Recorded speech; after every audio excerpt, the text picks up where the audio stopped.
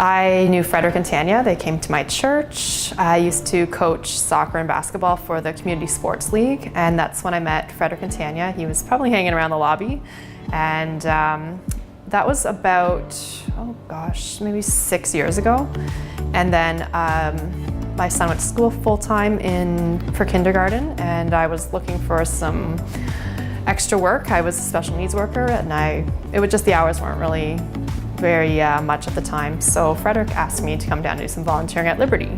So I was like, okay, I'll check it out. I honestly thought it was just a basketball program. I hadn't had a clue of what it was. And I came down, and little did I know he was trying to train me for the position to be executive assistant. So here I am 4 years later, and yeah, so that's kind of how it all started.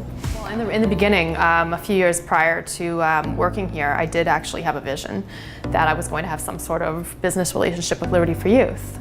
So when Frederick asked me to volunteer, I was like, oh, this is it. He had me selling basketball tickets prior, and I was like, oh, this is wonderful. I'm fulfilling this vision I had.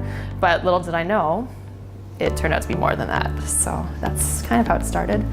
My experience here has been wonderful. We're like family here. Everyone gets along great. We work very well together. We all have the same heart and passion for the youth. And I'm so blessed to be here. I love it. Okay. So every year we have our annual basketball game against the Hamilton Police. We have our Eagle Ride event, which is a motorcycle event. And we have our Run with Frederick marathon that takes place in partnership with the Road to Hope Marathon. And then we also have our annual gala, which takes place in November.